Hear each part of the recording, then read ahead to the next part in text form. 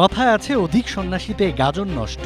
অতি ব্যাটসম্যানই কি কপাল পুরল বাংলাদেশের? এই প্রশ্নটি তোলাই যায়, কেননা বাংলাদেশের ব্যাটিংয়ের সঙ্গে পুরোপুরি মিলে যায় এই আপ্তবাক্যটি। সাইফুদ্দিন একাদশে ফেরায় ব্যাটিং অর্ডারটা হয়েছিল বেশ লম্বা।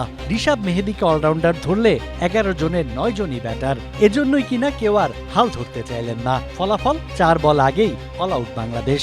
20 বল আগে নিউজিল্যান্ড তুলে নিল 6 উইকেটের দারুণ জয়। শরীফুলের জোড়া শিকারও পারল না বাংলাদেশকে সিরিজ জেতাতে। ওয়ানডে সিরিজ হারলেও টি-20তে একে সমতায় আনন্দ নিয়ে ঘরে ফিরছে ব্ল্যাক ক্যাপসরা। SMC Plus electrolyte drink minerals ফিরিয়ে দিয়ে শরীরকে করে রিহাইড্রেট ও রিফ্রেশ, আর তুমি হয়ে ওঠো অদম্য। SMC Plus, অদম্য তুমি, থামবে না কখনো। বৃষ্টিকে অজুহাত হিসেবে দাঁড় করানোর সুযোগ নেই। অবশ্য বৃষ্টি কিছুটা ছন্দ নষ্ট করেছে বাংলাদেশের। 6.4 ওভারে 3 উইকেটে 50।